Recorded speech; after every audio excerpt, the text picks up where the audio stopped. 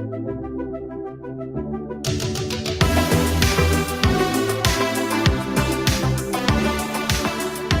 views and opinions expressed in this broadcast are those of the host/guest and do not necessarily reflect the views or positions of any of BXR entities and those they represent.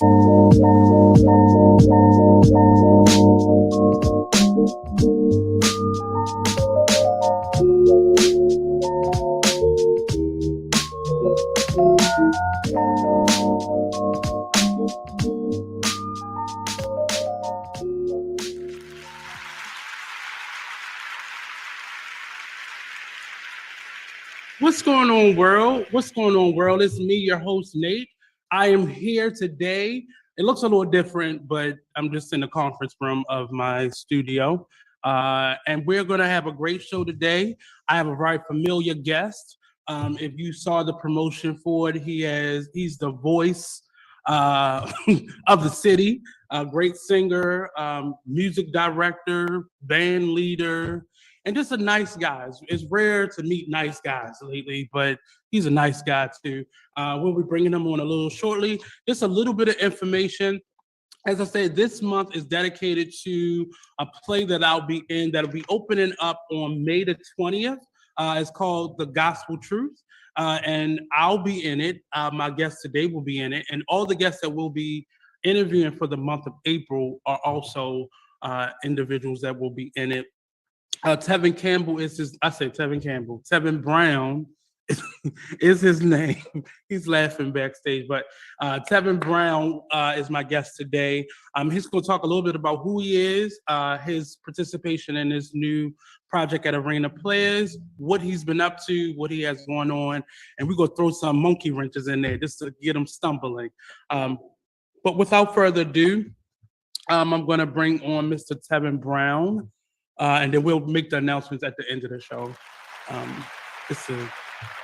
How you doing, sir? Can you hear me? I'm good. Can you hear me? Oh, there we go. Yes, I can hear you. First of all, let the people know who you are. Yes. Who you be. Yeah. So my name is Tevin Brown. I'm 30 years old. I'm born and bred in Baltimore, Maryland. 30. Wow. Yeah. Old. I guess so. You're older than me though, so you know. Wow. I was congratulating you. Oh, thank you. I'm sorry. Well, I appreciate it. But yeah, I'm born in Baltimore. I'm a music teacher, so I teach music for a grade 6 to 12 at Ace Academy in Hampton. Yeah. I'm gonna pray for you, sir. Yeah, and I'm also a minister of music at Mount Hebron Baptist Church. I've been there for 5 years. And in addition to that, I just do gigs from time to time. I have a band that I play with. And I also do some solo work. Really, whatever comes. And I first met Tevin. Well, I met you when you were really young, and you were at Arena Players. I remember coming into a class one time, and you all were practicing, and you all got a great start. So you were a youth theater student at Arena Players. Did you? If I'm not mistaken, did you go to School of the Arts? Yep, I did. Okay, you went to the School of the Arts as well. What has life been since then, or how was that training for you? It was really good training. I think the way I see it, I kind of got like both sides of the training. So I went to BSA and I got classical voice training and got that good foundation. But I was able to kind of stay in touch with my roots through Arena Players. We would do cultural work and sing songs that were not quite so classical, so I got to kind of experience both worlds. And I think that set me up really, really nicely because I went to Berkeley. I went up to Boston and go to Berkeley College of Music, and that's a jazz school. So, they do a lot of popular music and jazz music. So it was, kind of like a full, well-rounded musical education, if you will. And that's it's a great space to kind of hone your talents when you're able to do community theater, and then being in the heart of the city at BSA, I'm sure was great. How do you feel about having Roz Carthing at the head of that school now? I love it, man. I love it. As a matter of fact, so I know Roz a little bit through through Arena Players. We have those connections. But our BSA connection is I actually taught there for 2 years. And Okay. while I was there, she came in and she was working in the theater department. I think she was the The department head of the head. theater department. Mhm. We were doing Once on This Island, or they were doing Once on This Island, and they were looking for a musical director. And she ended up kind of trusting me with that. And that was my first experience as a musical director. So, we've got a real close relationship there. But you've been in musicals and you've done music outside in church and other bands. So it probably was an easy transition with all the other training that you had, or was it easy? I don't want to say easy necessarily, but it was a smooth transition. I'll say it like that. And it was really, really nice to have that opportunity and to be able to kind of show that I could do that. And that also put BSA in a different direction. I'll say the school is better now than it was when I was there. Not that it was bad, but they're like more diverse. They're doing, different kinds of things. I'll say it for you. It's much blacker than what it's ever Yeah, been. exactly. I'll say it. I know you political, but I'll say it. I'll say it. I love it. And I'm a lot of people that I know who went there. I'm asking them how do they like the change, because you see and you hear more of the students. They have a Black student union now. They're very much so active on Instagram. The students are, even the pages that are set up for the school. You see more of the students and not just the fundraising galas and stuff like that they do. So I was curious as to would you have wanted to go there now versus when you went? Yeah, I definitely would. Like you said, there's like more opportunities. And I know as a student when I was there, a lot of what we were talking about, we would talk to some of the staff members there about, hey, you need more diverse opportunities, the world is changing, blah, blah, blah, blah, blah. So it was nice, or it is nice to know if they heard us, and made some of those changes. So I'll have Roz on. We're doing the podcast for Troy on Monday for the You Thought I Was Him project. So I'll have Roz on there. So I'll be able to pick up brain a little bit in terms of what is going on there. And I know the Alumni Association is very active and getting more active as well. In terms of your stay at Arena Players, what were some of your highlights being a youth theater? Coming into now you're a grown man, directing musical directing plays there as well. Yeah, I got to tell the story of how I auditioned to get there. So I was 10 years old, and there was normally 2 youth theater groups, right? Just like the young and the older kids. But when I got there, I think the older kids were going to Holland. This is like Josh Dixon and them. They were going away. So then Troy took them for a play or festival there. Yep, so it was just one group. So I kind of like fake auditioned to get in, and I was in there for like one show. And then when Troy and them came back, I had to audition again for real. But I was so nervous. I got in the room with Troy and Mr. Chu and them, and I tried to do my own monologue, and I was just crying. It was sad. But I made it through. I was stumbling. And sometimes, But, so, I did that, and I guess they must have thought I was brave, and so they let me be in the big boys group instead of being with the little kids. I first interviewed you. I think you came on the show first, and then I got to interview you at Hotel RL where you performed. And that performance is actually up on the page now. If you go to the Artist Exchange group page or our radio show page, you'll see that performance at Hotel RL where he did a great melody of songs, and people didn't want him to leave. Actually, probably me. It was more so me and everybody else that was listening. I enjoy your performance because it's rare that you get somebody who is you have a lot of different teachings behind you. So you have a really powerful voice, you're really talented. And I just like your song selection. You're not trying to sing everything that's hot right now. You have a real respect for what has been. So where did your taste in music start from? I say from my grandmother, my mom and my grandmother. So but some of two of my favorite genres are like soul and funk, like neo soul and then funk music. So when I was young, I remember my grandmother had a CD. It was 2 sides of Sam Cooke. Okay. And it was, half of it was him singing gospel, the other half was him singing secular music. And so we would listen to that, and I love Sam Cooke because of that. And my mom loves like Funkadelic and Parliament and stuff like that. So I got growing up around that kind of music. I really just enjoyed it. And I want to perform that. And I also think it fits me best. Like I don't know, I'm not the kind of dude to be out here singing "Take You Down" from Chris Brown. Like that's just not, it's not me. So Mhm. you So know, you have a really healthy blend of music. Have you ever felt the need to choose a genre? Because the industry often makes you need to choose or feel that you have to choose.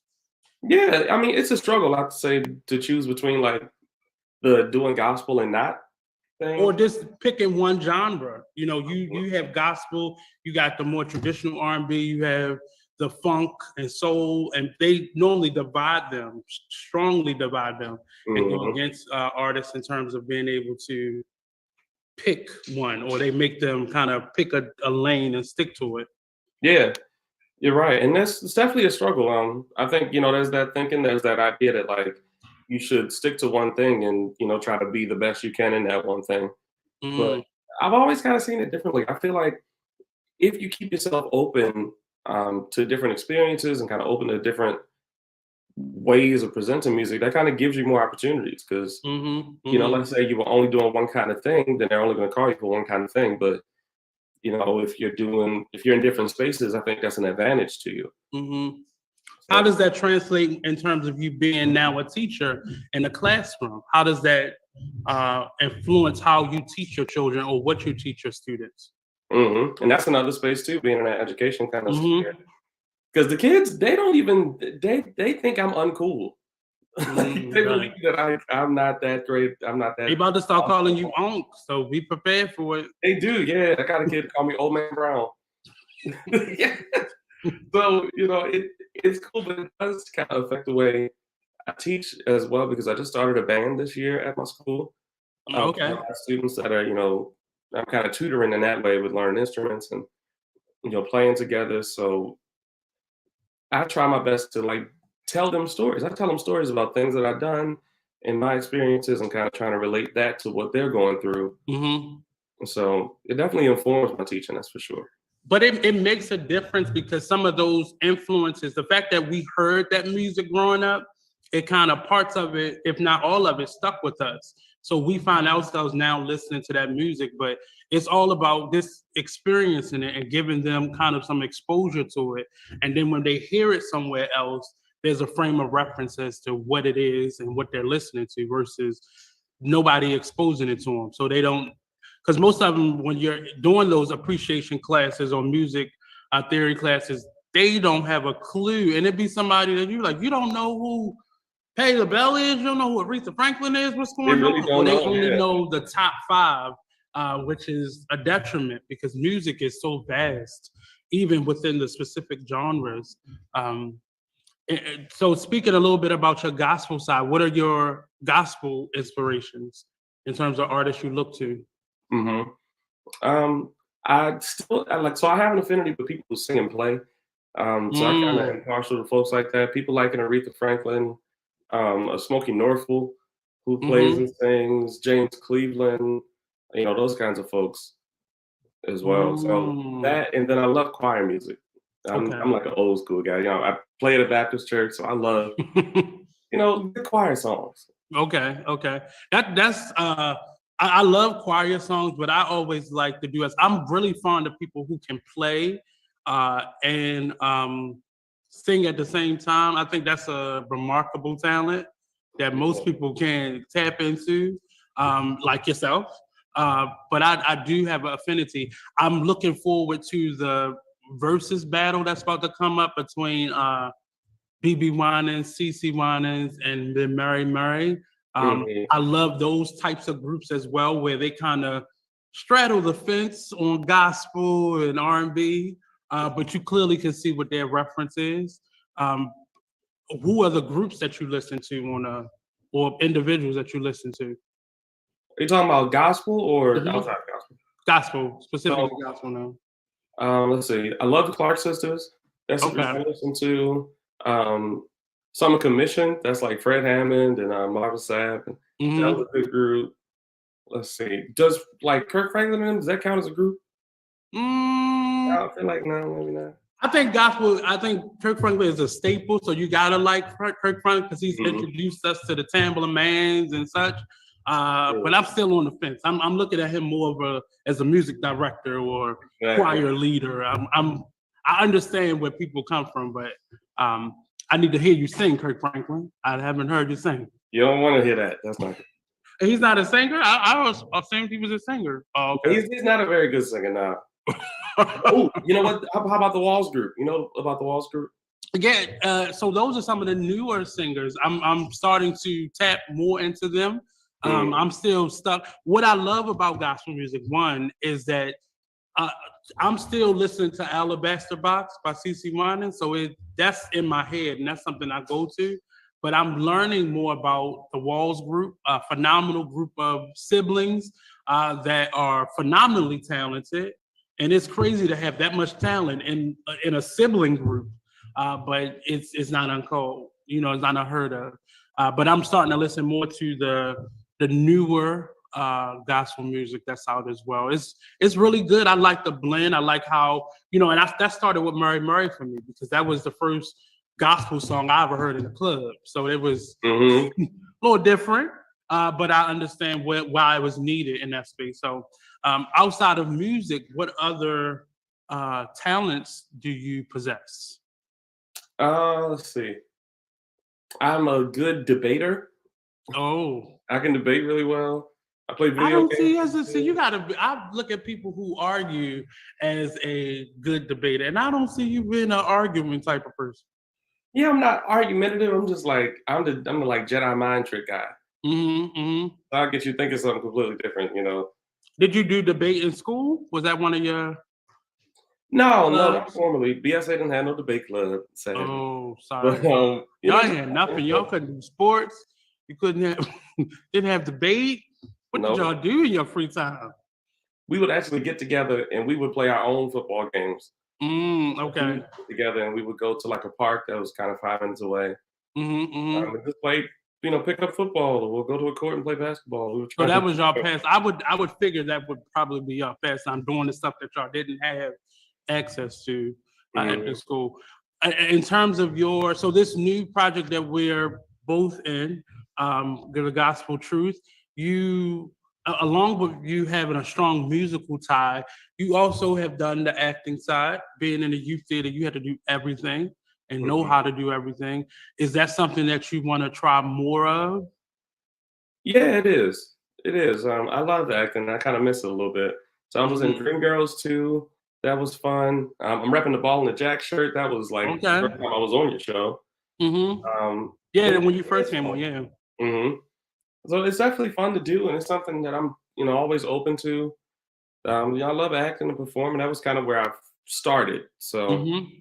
When did you know you wanted this as a profession, though? Because it's one thing to play in church or play with your family here and there, or even go to school for it. But when did you decide this is my career path?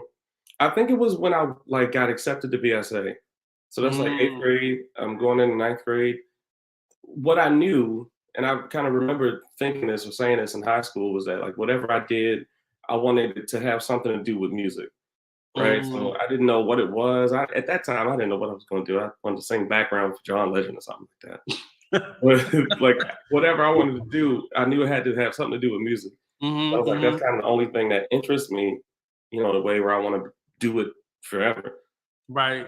It could be a challenge trying to just to make that decision, because especially I've always seen you being a very serious in this art form. So I've never seen you goof off or like most of the artists. I normally watch the kids when y'all were in youth theater, and I would just see you just look serious.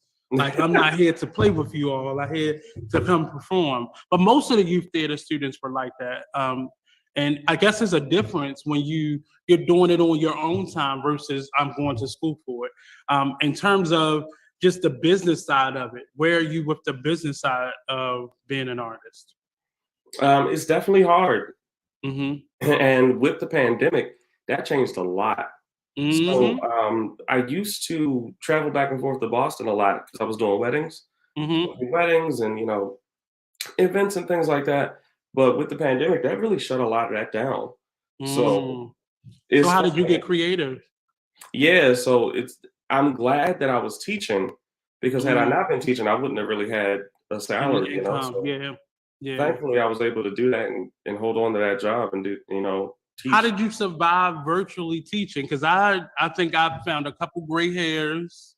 I don't have It nothing was up not here, fun. but there was a couple down here. It was How did not it? fun. I did not enjoy it. It Mhm. weird, man. You just sitting there, you got all these black screens because you know they want to turn the camera Well, the on. ceiling fan. I got a lot of ceiling fan shots. Mm-hmm. Mhm. Or You the get the girl forehead. You on saw it, you was right here. This is as much as you got right there. right? And then like I spent like 20 minutes teaching, explaining this thing real good. I got my slides, I played a video, and then I Mhm. release them for their work, and then I get somebody to come off me, Mr. Brown, what we doing? Because they was muted, baby. They was Right, muted. they was eating Honey Nut Cheerios. It's and this nobody who's ever been a teacher before is difficult engaging in a classroom.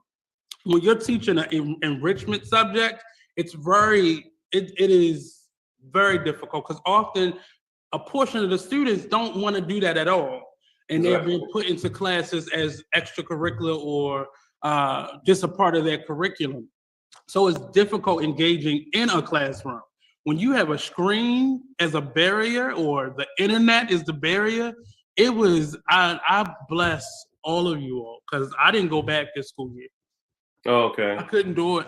I needed a break because it was too much. I got tired of looking at ceiling fans and foreheads and, like you said, blank screens.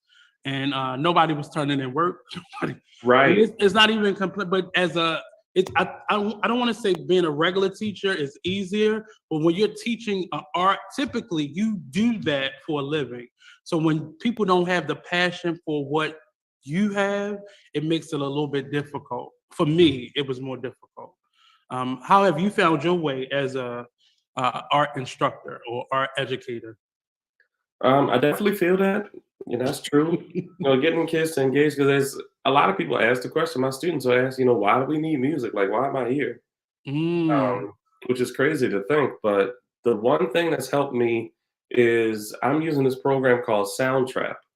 So okay. Soundtrap is a beat making program where basically they can go in, they have their own school account, and they can make professional sounding beats. So they're Mm, creating things. They're kind of becoming their own producer, and they can share projects with other students. So like two people can work on the same thing at the same time, hmm and that's been really engaging for them. You know, Oh, you the cool teacher now. I wish I'd had right? that when I was. Let me write that down. What is it called again? Yep, Soundtrap, Soundtrack. soundtrap.com. I'm It's gonna have to actually write free. that one down. It's Because crazy. that It's it free. makes it more engaging to them. And it's Mhm. it's I've had to learn how to I couldn't teach the way my teachers were because my teachers were much older than I was. So I had to learn how to what is it they want. So I had to teach myself the basics of being a rapper so I can go in there and connect. It is not a pretty picture, Tevin. I'm just going to say to you, is a lot of me regurgitating rappers that I know and making their stuff clean. But yeah, Mhm. you have to catch them on that level. We're gonna take a quick commercial break. We'll be right back here on the Artist Exchange Radio Show with Tevin the Great. When we return. Don't go anywhere. We'll be right back.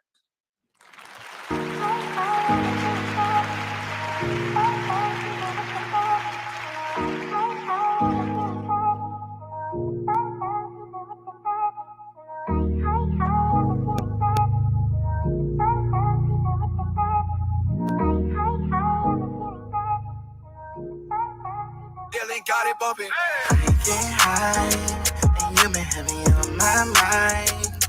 Baby, you're too damn fine. Wonder, let me hit it one time. I thought if I can get that back, then I can find a way to make you mine. But you only fuck because I had drugs. I'm thankful for the drugs, so I just broke one out. I just broke one out. Just for one thing.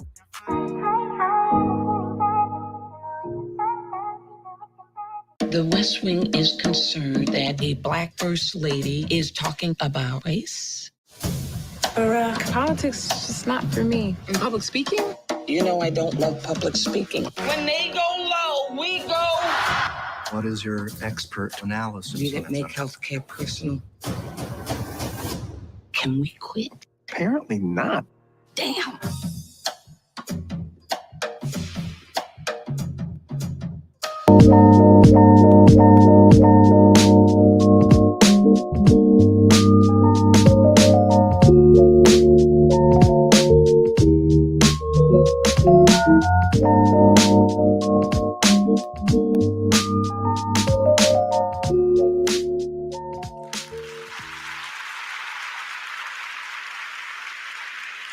What's up? What's up? What's up? What's up? Welcome back to the Artist Exchange Radio Show with me, your host, Nate. And then we have Tevin Brown joining us, returning. I appreciate everybody that continues to share out the show, support the show. I know Fridays around this time is a little difficult, so thank you to everybody who stops through and pays us a little hello. So if you are live, if you want to be a guest on the show, definitely hit me up at the Artist Exchange Radio Show at gmail.com. But also, if you need help marketing or branding or promoting your business, we have some great rates for advertising. You can hit us up at either the Artist Exchange Radio Show at gmail.com or BeExposedRadio.com, info at BeExposedRadio.com. Don't forget to check out our website at www.beexposedradio.com or beexposedmedia.com. You'll see a lot of new articles, music, commercials, advertisements, all that jazz, all in one place. beexposedradio.com. But we're back here with an interview with the great Tevin Campbell, and I sent him a message during the break. You know, I can't just let him get away with this, and he's doing a musical where he's singing in it, so we gotta at least test it out a little bit, you know, see where he at. You know, he is 30 now. I want to see if he still got the chops. It might be a little rusty. We're gonna push through that. We're not even gonna claim that. No. But we you don't have to do it now, but whenever you feel the spirit, just let it hit you. Gotcha. Let him use you. We'll get into a little longer. I'm gonna think of a gospel song real quick. So speaking of gospel songs, we're doing the gospel truth. So the format of this play is we're interviewing. It's like a radio show. We're interviewing a number of phenomenally talented artists. We had Sermon on last week, and we had the Sheilas on, the mom and daughter duo. Phenomenal singers, two different types of singers. Tevin's coming in with that breath of fresh air singing that he can do. What made you want to do this project, or why did you decide to do this project?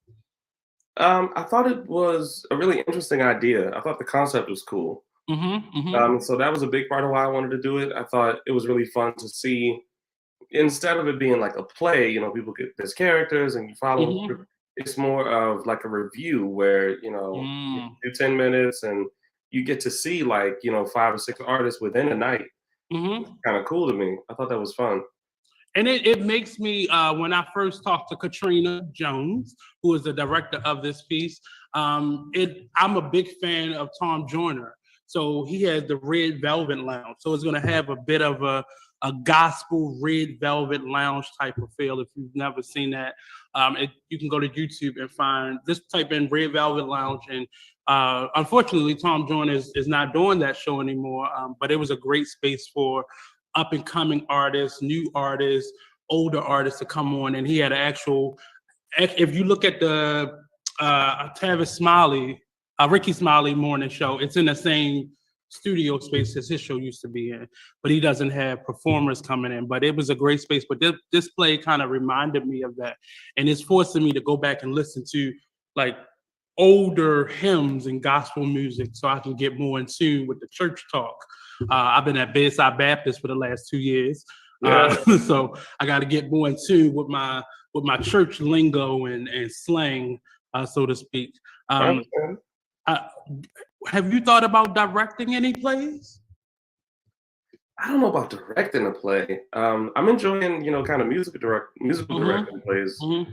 I want to stay in that space for a little bit longer, maybe later in my career when I get fully gray. I'll direct for real. Don't wait that long. I'm telling you, that memory is going fast, sir. But in terms of music direction, any plays that you want to touch or work with? You just did Pearly before the pandemic was You out. did do Curly, and you would get low. And you were phenomenal. You made me feel very comfortable because music theater was never. I hated doing musical theater in high school, but you made it very. You was my best musical director. I'll say that. Oh, thank you. I'll say that. Yeah, you did He good. didn't judge you. One way. So, any other plays you would like to touch or work with? Yeah, there's so many. I want to do The Wiz. I think that would be cool. I want to do Rent. Maybe like a black version of Rent. That'd be fun. Once on This Island was good. I think maybe another sort of Disney thing, that like a Little Mermaid or something like that. Would be cool. Maybe one of the like classical plays, something like a what am I thinking? Like a Les Mis. That would be fun too. What's your favorite musical? What's your favorite musical? Oof. So many to choose from. I have to go. Say your top three, so you don't get beat up by the musical theater. I know, right? The Wiz. It's got to be The Wiz. Not to be confused with The Wizard of Oz. Yes, like the Wiz, the Black Wiz, the Quincy Jones, Michael Jackson, Diana Ross. Amen. That one. And then I'm gonna say Rent number 2. Okay. Number 3. How about The Lion King, but the musical version? Okay. Not the movie one, but like, the one with the African music. Were you a fan of Beyonce rendition of it when she did kind of the soundtracks to it? The soundtracks were pretty cool. Did you see the movie? The movie, Beyonce's movie? Yeah. I thought it was interesting. I actually played it for a music class that I was teaching. Just to show a different version of it. It was easier than just showing a movie where they would have probably went to sleep. But minus the whole Beyonce portion of it, I just like the visual of it versus the and it's not in comparison to the actual movie, but I just like the visual aspect of it. Anytime an artist can be that into it, it's always a good thing for me. Yeah, true. How do you like them touching The Color Purple again? I think it could be good. It's some heavy singers in it. Yeah, that is true. Tamala Mann is in it. I believe, Fantasia is playing Celie. I don't know if you got to see her on Broadway doing it, but she is Celie for me. Her and Whoopi will go down in the history of being the Celies. True. The young lady from Orange is the New Black plays Miss Sophia. I don't know who is playing. What's her name from Empire is playing Suge Avery. I'm a little nervous. Is it Taraji? Cookie, yeah. Taraji P. Henson is playing. I'm a little nervous. You know what? She did good. I don't know if you saw Annie live. But she was out, so I haven't seen that. People have said, okay. Hannigan? But yeah, she did good. She did. Okay. Was she good enough to do? I feel a little sensitive about Color Purple. I know, right? I think the acting's gonna come through. Okay. And the voice, you know what? She did good. She really did. She surprised me on the Little Girls. She did good. And it's not. I'm most people who know The Color Purple, they know the movie, and other people know the musical. So it's not. It's going to be kind of a mashup of that, where it's definitely more acting than the Broadway, and definitely more singing than the movie. So it's kind of a different interpretation of it. But I think after this, they need to leave Color Purple. Just let it be. Just let it rest. Just let it have its rest. Are you a fan of those live action musicals where they do the live musicals? It's hit or miss for me. It really is. Which one was a miss? Which one was a miss for you? It was the Wiz live I didn't like. But Annie live I did. Okay. And I haven't seen that one yet, but I'm gonna watch that one. It's hit or miss. I don't know. It's hard to do. Yeah. Hairspray was kind of like a for me. I tried. That felt like a High School Musical to me when they did Hairspray. Yeah, it did kind of feel like It that. has to have the right group of people because you have to be able to carry. I understand that them choosing live performers to do it, like the Mary J. Blige's, but it has to be very authentic to that person and not just somebody who can belt or somebody who can, do a duet or, somebody who looks the part. You really have to, because live theater there's no playing with that. It's whatever comes out is permanent. That's what it is. And most people think that because they can act, they can do theater, and that's not always the truth. That's true. Any shows you got coming up outside of the Gospel Truth that opens up on May the 20th and runs through the 29th? But beyond that, do you have any other shows coming up? I do. So the band I play with, PYP, is the Power Younger Project. We play at Riley's Oyster out in Timonium on April 30th. So that's gonna be really fun. It's a Saturday night, 7 p.m. to 10:30 p.m. Okay. That's something we're looking forward to. And I really want to go because I love their food, but I would love to see you all perform. I don't think I've seen you perform with your band outside of the Bowl and the Jack or your series with Troy at the UB Blake the Cabaret Company. So in terms of you, musicians in general are infamous for being in multiple bands at the same time. Are you that person? Do you have another group that you're about to start or? I try not to do a lot of that, like playing in multiple bands, multiple groups. Right now I'm in two. That's only two. And he said only two. Crossover. This the two. Right. There's a little bit of crossover, but it's me and the bass player. We're in two different bands. So it's how do y'all maintain? I'm amazed at that. I know it's different for other people, but you're learning two sets of music or two different groups of music. How do you do that? And you play at church. So that's a whole nother band you're in. Yeah, it's a lot. But it's not like we're doing something every weekend, Okay. You have time, for example, the last thing we played, my band played something April 9th at St. Paul's. So that was the last time we played. We're playing again on the 30th. So that's kind of busy-ish for us, like having. So you get to schedule, around it. So it's not like it's competing with each other. Exactly. Yeah. Okay. Is it just going back to the pandemic for a moment? Outside of you having the teaching, were you able to do any of the live performances virtually or the virtual performances at all? Yeah, so I went live on Facebook twice, just at my piano, just like singing and playing. And then what was really fun, I was a part of, I forgot the name of that place, La Familia. Okay. They did like a Drew Hill versus Jodeci versus, like a live versus. So that was fun.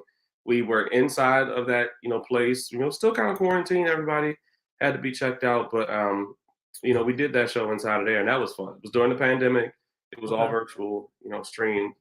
So I know teaching was difficult, but did you get used to it at all, or is that something that you want to maybe try, or if you perfected it? No. It wasn't good. It just not. You know what though? There's teachers who like it. There's a few teachers who do it really well, I guess. Well, I meant like on the performance side, the teaching side. I'm all for it. No, we're not doing that again. Even though that will be the go-to. So in terms of snow days and stuff like that, I've heard through my sources that's eventually going to become the thing. So no more snow days, no more. If it's too hot in the school, the AC is out. Well, virtual learning is the way it is going to be. But in terms of performing, do you think that could be something because that seems to be a new medium now, the live performances? Yeah, I agree. So I'm in the early stages of planning my next solo show, and I think the thing to do now is to have it, both ways. Basically, have a small audience at the venue, and then also being able to stream it live. Yeah. And sell those tickets. Like, why not? Because I did a couple myself, and I work with Troy doing the Real Nigga Show, and I just realized you get to touch people around the world doing it that way. Exactly. Possibly, you have the potential of really, having a a more diverse audience and touching people, especially on the playback of it. If it's not, if it's something that will live beyond that moment, people are capturing you from that would never know who you were. So I like that. But coming out of this pandemic, how has it been, getting back to the performances? It's been good. It's been nice.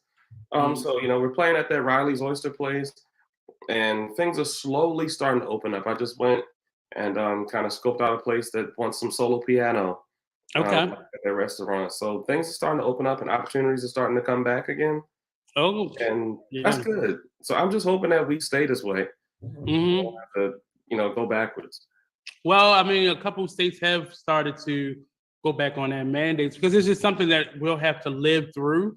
And if people stay safe versus, I know a lot of spaces that I had to say no to that just wanted to go back to normal right off the jump. And we still have to be mindful and not as cautious, but just be more mindful of spacing and all those things. But I like the new platform of the virtual world as a main source or in addition to, because it just opens you up to so many new people seeing you, so many new eyes on your projects.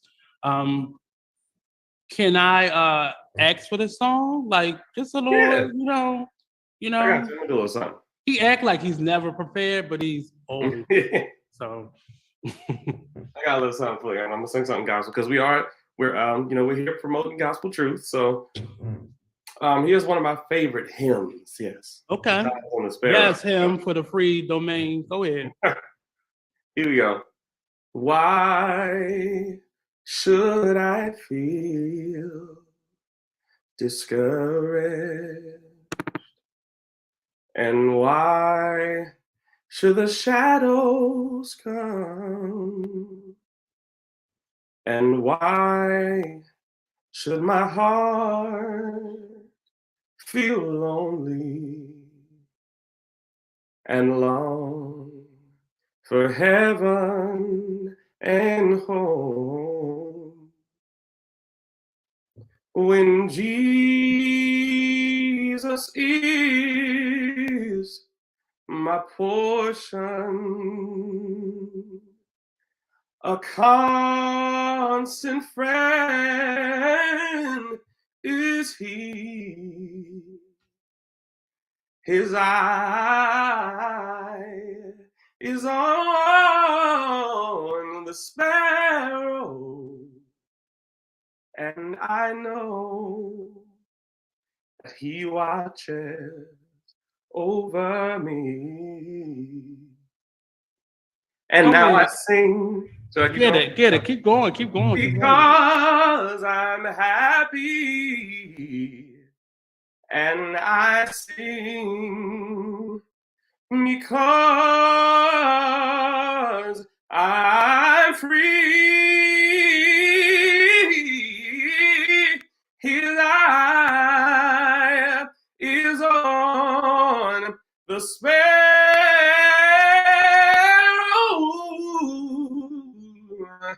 and I know that he watches over me. All right. That boy is good. Get that boy a Grammy right now. Come on now. So we're going to take another quick commercial break. We'll be right back here on the Artist Exchange radio show with none other than Tevin Brown, not Tevin Campbell. I don't want to get them too confused. We'll be right back. Don't go anywhere. Next person. Yeah. And so for this 10-year anniversary, what can we expect? The works, okay? When I say the works, like the works, I'm so excited. We got fantastic artists who are already signing up to headline.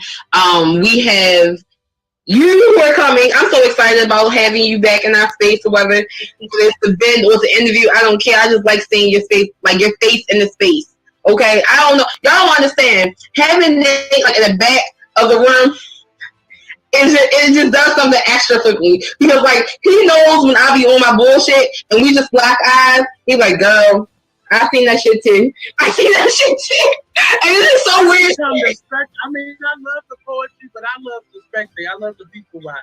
And it's a very interesting realm when these.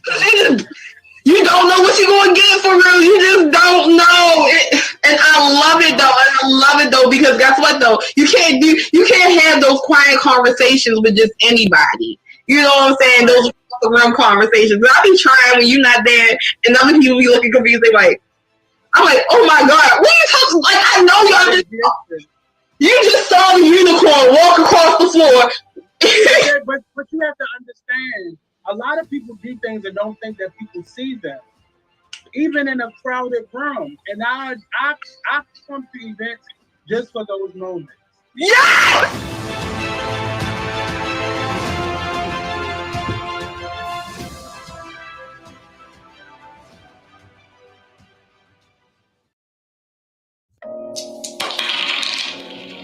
Is it?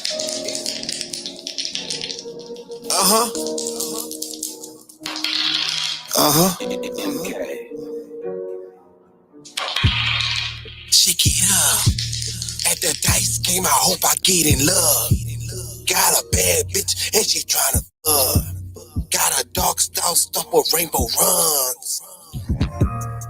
Shake it up. At the dice game, I hope I get in love. Got a bad bitch and she tryna fuck. Got a dog style stuff with rainbow runs. At the dice game, and I hope I roll a 7. Got a bad bitch with me, feel like I'm in heaven. I don't want no trouble, but I brought my Mac 11. And I don't want niggas plotting, feel like they got me sweating. I just can't. Is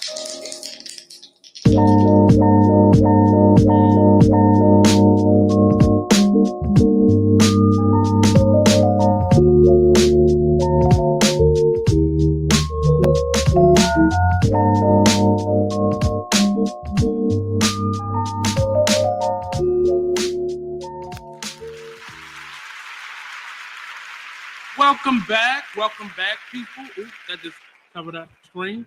Welcome back to the Artist Exchange Radio Show here live only on BeExposedRadio.com. We have the voice, Mr. Tevin Brown, joining us today. We're talking a little bit about a show that we're both in, The Gospel Truth, that opens up on May the 20th. I need everybody to bring my birthday gifts as well because my birthday is that weekend. So I need y'all to get in. And even though my weekend is the 27th through the 29th, but I need you to still come with a birthday gift from me. That's what I'm saying. But we have Tevin Brown here, and I need to know, when is your video coming out? Because I gotta fill up my time slots with some inspirational music. But when's the album coming out, sir? Hopefully soon. So what I did, I challenged myself, and I'm writing a song each month. Okay. I've been kind of doing that, and the way I figure, at the end of the year, I'll have some material and can really start to process that, So I am planning it. I'm trying to get it together. Okay, I'm gonna hold you to that. When it comes to December, I'm like, where's that? Sorry, we don't need a whole EP. We just need a little taste. Just give them a taste, especially in today's world. Well, if it's going to be gospel, will it be gospel or just a mixture of all the genres that you love? It's going to be a mixture. Okay. There may be one gospel song, but I'm definitely not going to make it all gospel. That's the thing. I want to be in different spaces. So there's going to be a few covers. There's going to be some original music on there too. So it's definitely being worked out. I hope my song "Born by the River."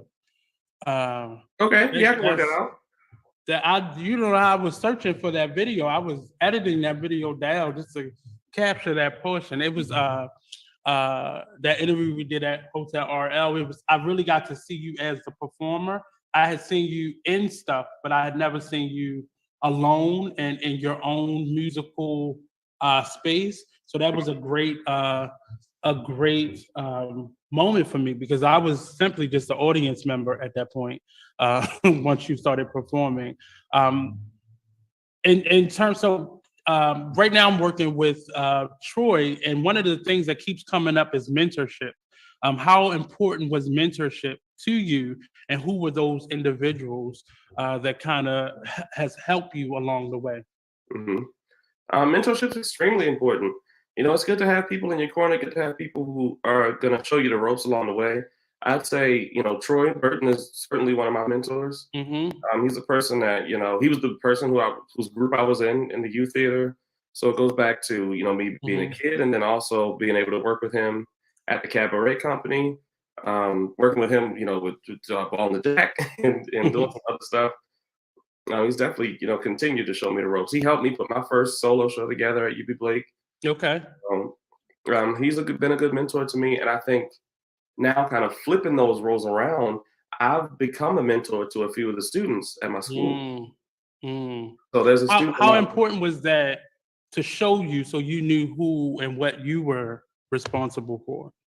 Yeah, like you had to see how important it was by first being mentored, right? Being the student in that situation, and then being able to, carry what you learned and sort of pass that on to the next generation. And I think that's what it's all about. That's something that as Black people, we've always done. We've always carried down traditions and, ways of living that we've had from grandmama and from her grandmama. So that's just kind of something that we do. So it's good to continue to pass that forward. And being in the educational system, I'm sure you see a lot of students who are suffering because of the lack of mentorship. So that teachers do, in many ways, I hate to say have to, but in many times we were forced to be mentors just to keep that child able to stay in our class and stay in school sometimes. But there's a big gap in my generation, your generation, and definitely the generations behind us. That has to be something that's reintroduced to not only the academic system, but just the village and the community in general. I think that is such a wasted part of our culture that a lot of us did not have it. And then you have to learn stuff the hard way. Life is going to be hard enough on its own, but without mentorship, it really makes it harder. So if you are around any children or you're around any young people, just a couple wise words. It may not stick to them in that moment, but it's a seed that you plant in them for future experiences that they may have, that somebody took that moment, even if it's just a one-on-one, one-time thing. It makes a difference in it sounds like a commercial that I'm doing right now, but it makes a difference. Where do you think you would be if you didn't get that hands-on or that one-on-one mentorship? I really don't know. I mean, I think it's everything, people you meet along the way and what they're able to do for you. And I guess in turn, what you're able to do for them, that's the whole name of the game. So, I mean, I think I would have had a totally different path, had I not met the people that I met and not been exposed to the things I was exposed to. I don't know. Let's say had I gone to Morgan instead of going to Berkeley, or if I was at Center Stage instead of being at Arena Players, I really don't know what would happen. And we've both seen the variations of that, and mentorship alone doesn't do all of the work, or even being in the right place at the right time, whatever that means. But if you have the ability to touch the journey or be a part of the journey of someone at any age, I would strongly suggest that you take advantage of that, because the blessings do come back to you, as you probably are seeing now. You're probably reaping some of those benefits because of how open you've been to teaching. As I said, I've had many musical directors, but many had a idea of who they wanted me to be, and because I couldn't fulfill that, it was more so, well, we can't work with you anymore. But you doing it really made me feel more comfortable in a space that I would not probably be like, you know what, I'm gonna go backstage, and that's where I'm gonna stay at. But I'm sure you can see the benefits right now of that support, giving and receiving it. Being able to go back to a Troy Burton or to Arena Players or a BSA and be able to get that same type of support and love in return. So, that was just something I wanted to throw out there. But a couple other topics that I wanted to throw out there. Now, I don't want you to give me your opinion unless you have one, but I'm talking from a perspective of being another Black man, as we look at a Will Smith or I knew it. I mean, I knew it well, was coming. sir, I did knew it. radio. I mean, I knew come it. on now. Yeah, let's do it. But I'm saying, for me, it's not even about the incident that happened. I just see another Black man being thrown away. And it's so easy sometimes when we make a mistake, you got to go. Where we see others being able to be, let's get them some therapy. Let's support them. And how do you feel about how it's being handled by us, the community, and maybe the powers that be as well? Yeah, I think you make great points. And I think a lot of people are letting Will Smith down. Let's call it what it is. They are. Like Will Smith has been a wonderful addition to the community. Fresh Prince of Bel-Air, he's been a stand-up guy, his whole career. And he's also been dragged in the media for the past 2 years because of this whole. Actually, longer than that. I mean, that one incident just been for the last 2 years. But exactly. So he's gone through a lot, and that joke wasn't appropriate. And hey, what happens happens. But I think it's messed up when you see, like you were saying, people throw him away. The Oscars banning him for 10 years, and people trying to pull his content down. I mean. I just don't get it. I mean, I really don't get it. Like, we haven't pulled Harvey Weinstein's content down. That doesn't, you know what I mean? Like, we still didn't even pull R. Kelly's content down. That never happened. But, I mean, what are we talking about? Are we talking, because you can have a harem of girls, but you can't slap somebody in the face for saying something mean about your wife? Yeah. I don't understand that. Yeah. It's unfortunate to me because this is the age where he's just getting to his sweet spot. And he's just getting his rhythm, and to yank everything and put him on ice for 10 years fortunately, I don't think it's going to hurt him tremendously, but it has to be a slap in the face to have had a squeaky clean image. And then, and nobody thinks that he's perfect, but just to throw them away, it's something that I've tried my hardest not to really go in on it on this platform, but social media, I try to post something about him every day. Or even Kanye, I know we call him crazy and people want to discredit him, but I have a problem with us throwing us away and not feeling a need to not just save another Black man, but step in the in-between, and I was thankful to have seen the show and saw a Tyler Perry and a Denzel step in there as elders and support him in that space, because everybody else was they're so traumatized from a slap, but they see violence every day on TV. But that one slap traumatized them. But I'm trying not to be bitter, but it just feels difficult. And being Black men in the arts, it could very well so happen to us. One thing could, somebody think Tevin looked at them wrong, and now Tevin has a reputation that I know he doesn't have, but that's all it takes is one public opinion, and that's a scary world to live in. How do you deal with social media for those reasons alone? I try not to post as much, and Facebook is crazy too, because you'll end up in Facebook arguments and all kinds of crazy stuff. It's easy. It's just that easy. Just a simple response or post. It's true. I reposted something. I reposted something somebody else has said, and that became a problem. Not Tevin. I don't want to see Tevin out here slapping people. That's gonna mess my world up. That's gonna mess some stuff up for me. I don't want to see that happening. And I have not physically said congratulations, because we haven't seen each other since March of 2020. But congratulations on your marriage. Thank you. How has it been? How has it been? It's been great. It's been really, really good. Getting to enjoy that, and we're doing the whole, being married and enjoying being married before kids. Because you got married during the pandemic, actually. Yeah, I did. We had to actually push our wedding back. We had one date, and then the pandemic happened, so we had to push it back. Yep. I didn't realize how, and until I talked to Tracy and Troy, I didn't realize how close it was, because everything just happened at one time, and literally everything for me creatively, just all my work is creative, so everything got shut down. But I remember you planning it doing the show, but I didn't know how that had turned out. But I see the happy pictures, y'all jumps the room and such. But I'm glad that you got to enjoy it. And I know it was still restricted. It's probably in some spaces, but it was great. It's great to hear that you enjoyed it and it went off. And maybe y'all can do something big once this is all done and over with. But congratulations, nevertheless. Thank you.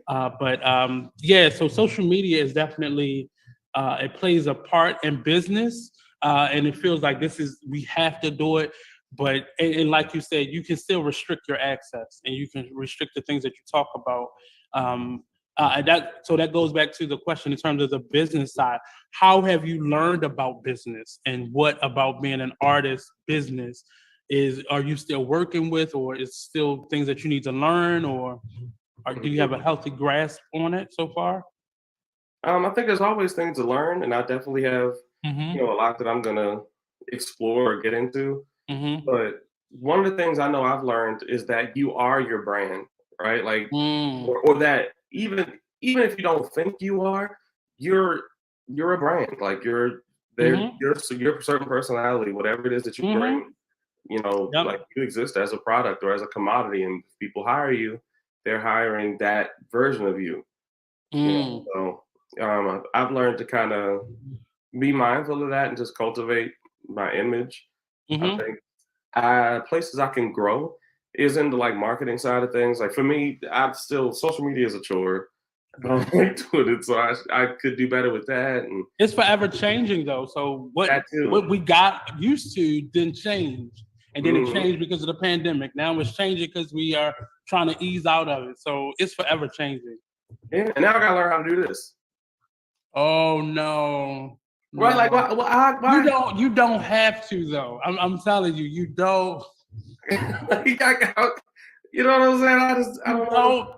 Kevin, I'll do it. Go ahead, go for it, Kevin. I'm gonna be supportive. You want to jump a table? Go ahead, and jump that table. Gotta do a little funny hot thing or something. I don't know. But people don't realize. I just took a workshop with a friend, and we were sitting there, and they were basically telling us that we have to start doing stuff like that. And I was like, "Sir, I'll be 40 next year. I don't really. I don't think that's gonna be possible. I don't think. I logged on to it, and the same reason that I'm just getting really good at Instagram is because when I first logged on that, it was a bunch of people that was under 18, and I was like, nope, not the area for me. Let's get out of here. Boop, boop. But I get it, but I am learning through this ordeal that I see Will and Jada go through in terms of them using social media for their benefit and using it to tell your story. But I just think I don't have to do everything. I don't have to. I'm still not on Twitter because I got too much to say. So I don't have that much space. And I'm learning how to navigate those things if I need to. But yeah, I won't be doing the bunny hop or the squishy or whatever you call the new dances. I think that's for them. I think that's necessary for them.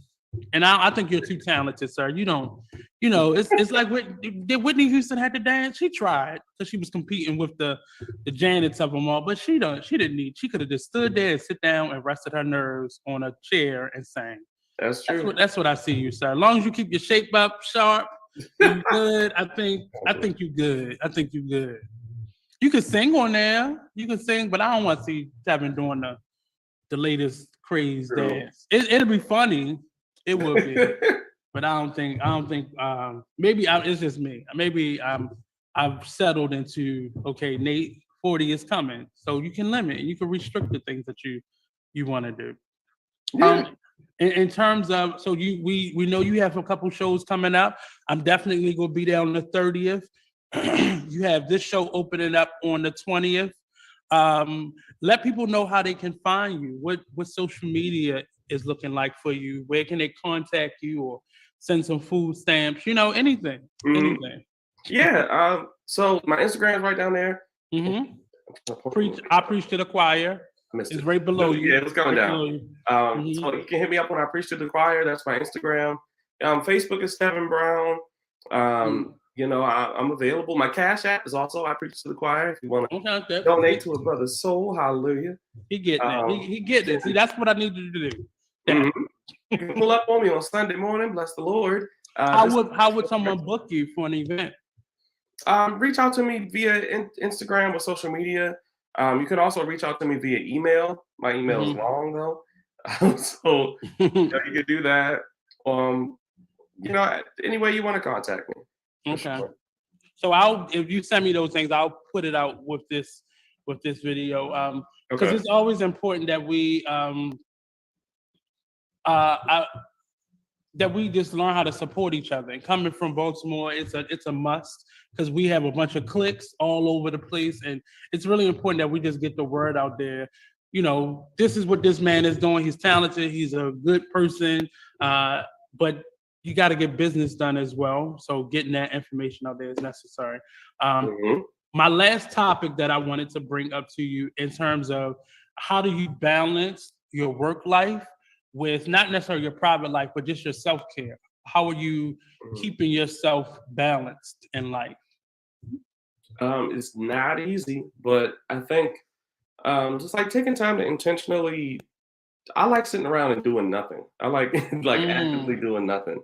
So that's sleep is such a good thing. I tell you, it's starting to become like another thing to do in the day. Like, did you sleep today? Right? Go to sleep for a second.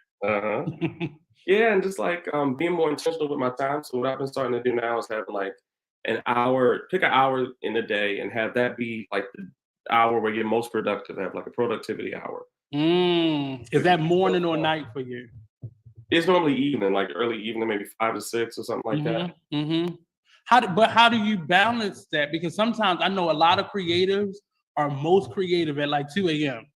And I had the pandemic, I didn't even know if it wasn't for daylight, I wouldn't know what's in was up. Because my sleep patterns got so off whack because so much stuff was happening in these little screens and you didn't want to miss anything. But how do you keep yourself from working outside of the time allotted for you in the 24 hours? Yeah, you just gotta stop sometimes, and it's hard. That's the thing about the productivity hour that's been helpful because, the stuff that you wanted to do, and it doesn't matter what you work on. I could work on school stuff, I could work on personal stuff, whatever it is that I gotta do. Instead of waiting until it's late or trying to procrastinate about it, I do it. During that productivity hour. So you try to cram everything you want to do creative, or you just set moments to work on music today or an album that's coming out soon? You just more like that, like whatever the most pressing thing is of that day. Okay. So like I say, today it's music, and tomorrow I gotta send a contract to somebody because they want me to play at their wedding or something. So I gotta do that. Because you still got lesson planning to do, you got rehearsals, 2 different bands and church. So it's easy for us to fill up the schedule creatively, or even I find myself getting to the things, but then creating stuff as I go along. Like as you're going throughout the day, another idea pop in your mind. How do you make moments for those things? Just the creativity in general. Gotta put it on your phone. I do notes and voice recordings and stuff like that. Trying to remember stuff and write things down. I write a bunch of notes in my phone. Because that 30 ain't nothing to joke with. Because 30 is when the gaps start happening. You don't feel it right now, but it's gonna start. You're like, I could have swore. What did I come in this wrong for? I hate it. I'll be upstairs right now. Go downstairs. I'll be intending to do something, but by the time I get downstairs, I don't know what it was. And I'm like, right? Trash out or something else. You end up just doing something random. You gotta go to your phone. It's like, okay, I suppose it took the trash out. Okay, let me take the trash out. It's a scary thing, but your mind can only hold but so much. But you gotta do it. We have one more commercial break, and we're gonna ask him to stay on for a second, and we go give him our last question for the day. So don't go anywhere. We'll be right back here on the Artist Exchange Radio Show, only on BeExposedRadio.com. can train and certify over 10,000 students in 10 years. We can renovate over 10,000 houses in 10 years. This is the Inner City Trade School Project, sponsored by Get With The Program. It's our time and it's our turn. I feel like once we address the needs of the students, we can ensure that they'll be successful in the program. The main idea is to know the safety of the program. And Black Lives Matter? Yes. Yes. We're going to show you how much Black Lives Matter, because we have a solution to the problem. This school will help change the mindset of our young Black men. And that's what we're trying to do, bring pride back to our community. Substance use, anger management, mental health. So here at the Inner City Trade School, that's what we're trying to build. That's what we're trying to create, an environment for our people to thrive.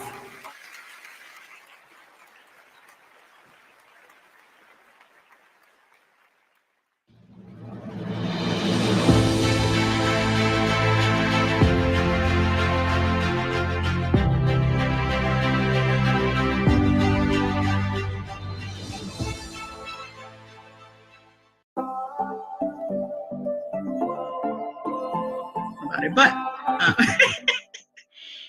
yeah, so that's I think the other thing we spoke on too was entrepreneurship type things, and I'm already in that phase where I do want to like do something on my own. Yes, please. And that brings me into the next thing where the next thing is short term, like the business consulting thing. That's gonna be long term. Like I want to do that up until retirement. Like I feel like I will take pride in that. I will enjoy it, and that will be something that I'll wake up in the morning and be like, all right, what's next? What challenge is next? Like, let's go. That. So, well, the short term thing is what I'm doing right now on my free time, and that I hope does become something, and then I can make it something. Is basically like content creation in the gaming world. Okay. So, like how this is a live stream. Mm-hmm. I do game live streams where I just, like, you can say it, I play games and you watch me. That's it. I love it. Listen, it's like that. Listen, I love it because I'm learning and I would admit, as a very ignorant person to anything techie, basically. And I mean to the bare minimum. Like, yo, I really should just have a flip phone or a beeper. Okay, now we don't have to have that look of disappointment, but moving on. So, like,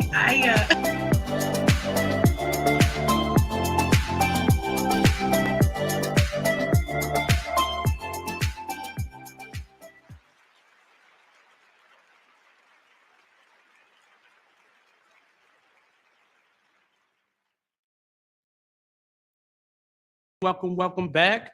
So this is our last segment for the show. And I have the awesome Tevin Brown. I don't know why Campbell wants to come out of my mouth. I just don't understand. I'm looking at you. But we have Tevin Brown. We've been talking a little bit about his career, his life as an artist. The latest project that we are both in, The Gospel Truth, that opens up May 22nd. This is my problem. May 20th. I have plans on the 22nd. That's why I said that. May 20th at Arena Playhouse. If you don't know where that is, go to Facebook or their website at www.arenaplayers.org, and you can get ticket information and more information on this production, directed by Katrina Jones, and my favorite stage manager. Well, my second favorite stage manager in the world, Miss Octavia. So definitely come on out. It's a great time. But the last question that I typically ask to everyone is, what advice would you give to your 17-year-old self? And what question would you ask to your 100-year-old self? Now, we're not going to ask about lottery information. We're not going to ask about tax things. We're going to just some sound, structured advice and questions, and not to really change anything, but just to, soften that blow of life a little bit. Well, I'm asking a 100-year-old guy, why are you still here? Joking. I'm sorry. I was joking. Tired. Tevin gonna be tired. He said I'm tired. No, I'm gonna come back to that one. But I think the advice I give to my 17-year-old self is to do it afraid. A lot of people are starting to say that now, but I think a lot of I'm 30 now, and so I spent a few years just like not wanting to put my best foot forward or not wanting to really step out there because of fear. I was scared of what people might think or whatever the case is. So I would tell my 17-year-old self to just go do it. Right. If it doesn't scare you, it's often not big enough. Exactly. So that's the advice I give. And then I think the question I'd ask to like the 100-year-old is like, I guess something to like, what's the key to life, or what's the one thing you have to do in this life to be happy? Now the premise behind this question and this advice, it typically tells you where you are right now.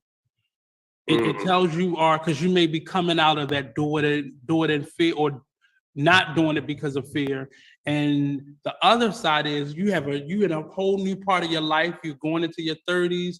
You're married. You got real bills that you're paying now. And that idea of happiness is maintaining it. Not to say that anything is particularly wrong, but sometimes we get so engulfed in paying bills and being an adult that we forget what makes me happy.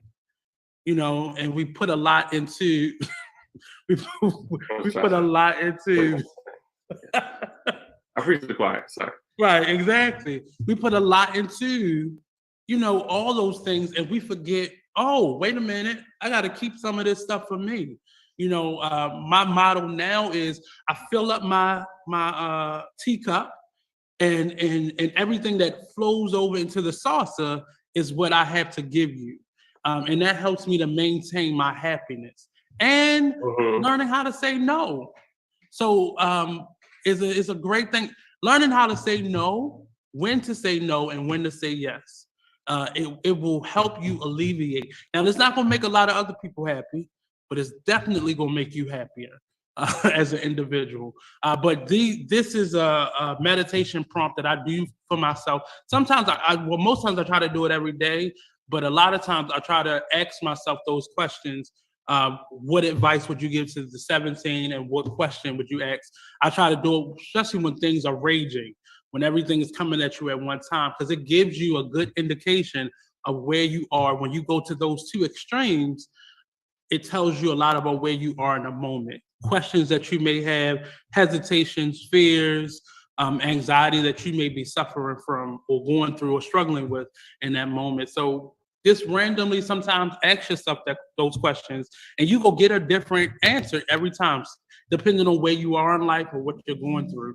But it has helped me to, in my 30s, maintain such a better balance in life, because you pouring out so much. You're a teacher, you're in a church, you're a musician. That's constantly giving of yourself creatively as well. But it gives you a lot of balance in terms of perspective where you are in that moment. So use it. I'm telling you, it's gonna save your life.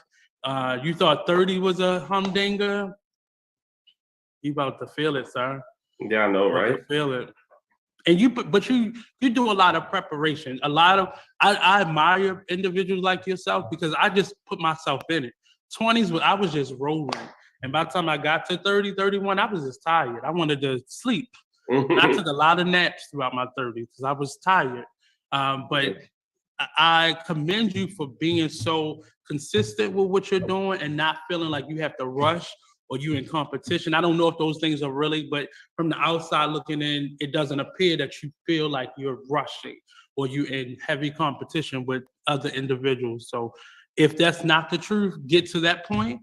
But I commend you for being so focused and so prepared. I look at you as a very prepared individual. So keep that going, sir. And things are not going to be easy, but it's going to make it easier to deal with. Absolutely. Any last minute amens that you want to give out, or information or questions or whatever you got on your heart? I want to shout you out for sure for bringing me on and for bringing us all on. I know you got like a different person each week. So, we appreciate that. You carving out some time in your show for us and, promoting this thing. Thanks to all the people that was watching, and I appreciate it all. I appreciate all the support, all the good words, all the inspiration, and it's going to be good. And I'll see you at rehearsal. See you at rehearsal. See you at rehearsal. Not this week, but next week. Next week. This is Easter Sunday coming up. So happy Easter, everybody. We have a number of things coming up in the next week. Come to 1734 Maryland Avenue, my illustrious art space. We have a pop-up shop every weekend, every Saturday.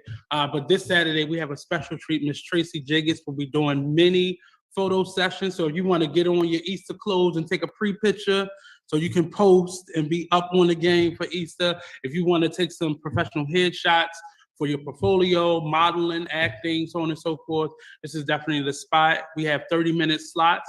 Go to our page. You can go to the Artist Exchange page or my page on Instagram, Facebook, and get that link, or you can go to Tracy's page. Also, we have an event coming up tonight. It's a sneaker fest. So I think they have a few tickets that you can have. There's no more VIP sections, but you can come on that. Shout out to the Peaks, Darian and Miss Latasha Peaks for throwing such an event. I'll be there. I'll be validating your tickets. So come on out. Thank you to everybody that continues to support. Thank you again, Tevin. And you're always welcome. You don't have to be in anything with me to be able to come on the show. It just worked. That was a healthy surprise, a great surprise to know that you were on the roster. Shout out to Katrina for setting that up. And we'll see you. So get those tickets, arenaplayers.org. Get that. Yes, sir. Yes, sir. And don't forget my birthday present. And bring him something. Right. Peace out, people. Good afternoon. Good night. Sleep tight.